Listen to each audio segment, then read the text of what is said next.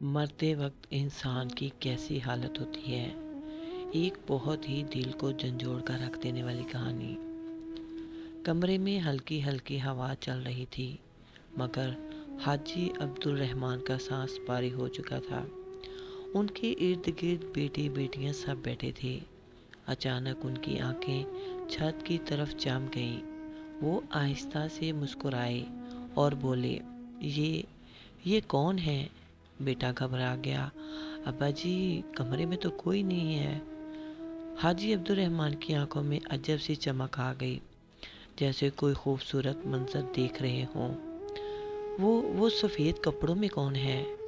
چہرے ایسے روشن جیسے چاند۔ اور دیکھو بیٹے، باغ ہے، ہری ہری گھاس، نہریں بہہ رہی ہیں، کیا خوشبو ہے۔ ان کے ہونٹ کانپنے لگے۔ بیٹی نے آہستہ سے کہا، ابا جی، یہ کیا دیکھ رہے ہیں؟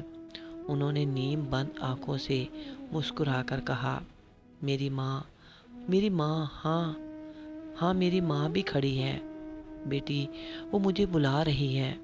ان کی آنکھوں کے کونے سے آنسو بہہ نکلا۔ انہوں نے کلمہ پڑھا، ایک آخری لمبی سانس لی اور خاموش ہو گئے۔ کمرے میں موجود سب سے محسوس کیا کہ جیسے فضا میں خوشبو پھیل گئی ہو اور ایک سکون اتر آیا ہو۔ کیا مرنے والا سنتا اور دیکھتا ہے؟ شاید اگر یہ بات ہم 2019 سے پہلے کہتے تو لوگ ہنسی میں اڑا دیتے، لیکن اب جدید تحقیق یہ کہتی ہے کہ مرنے والا اپنی موت کی خبر پوری وضاحت سے سنتا ہے۔ وہ رونے والوں کی آوازیں، الوداعی کلمات، دعائیں، سب کچھ سنتا ہے۔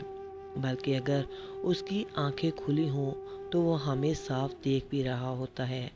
امریکہ کی اسٹونی بروک میڈیکل یونیورسٹی نے ایک حیران کن تحقیق میں بتایا کہ انسان کے مرنے کے بعد دماغ کا 95% حصہ تو بند ہو جاتا ہے، لیکن سننے اور دیکھنے والی مراکز کافی دیر تک کام کرتے رہتے ہیں۔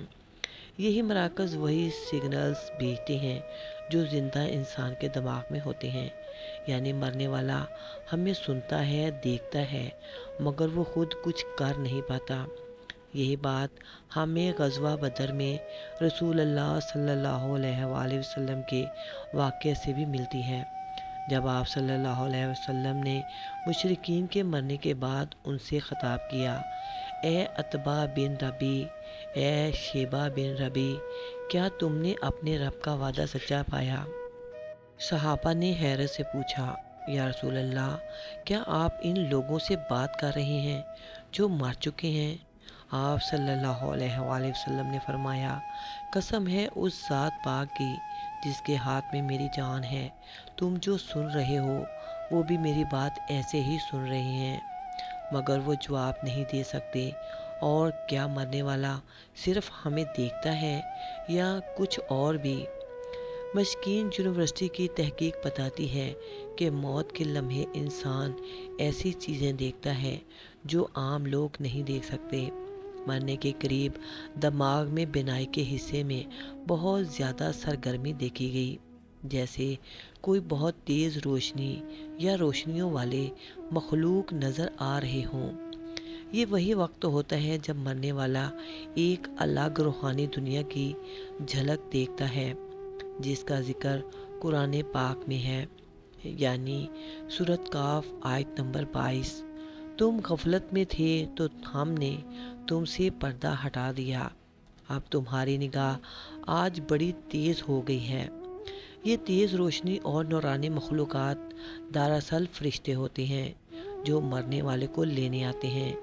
قرآن کہتا ہے، یعنی سورۃ انعام، جب تم میں سے کسی کو موت آتی ہے تو ہمارے بھیجے ہوئے فرشتے اس کی روح قبض کرتے ہیں اور وہ کوئی کوتاہی نہیں کرتے، لیکن ہر ایک کے لیے فرشتوں کا رویہ ایک جیسا نہیں ہوتا۔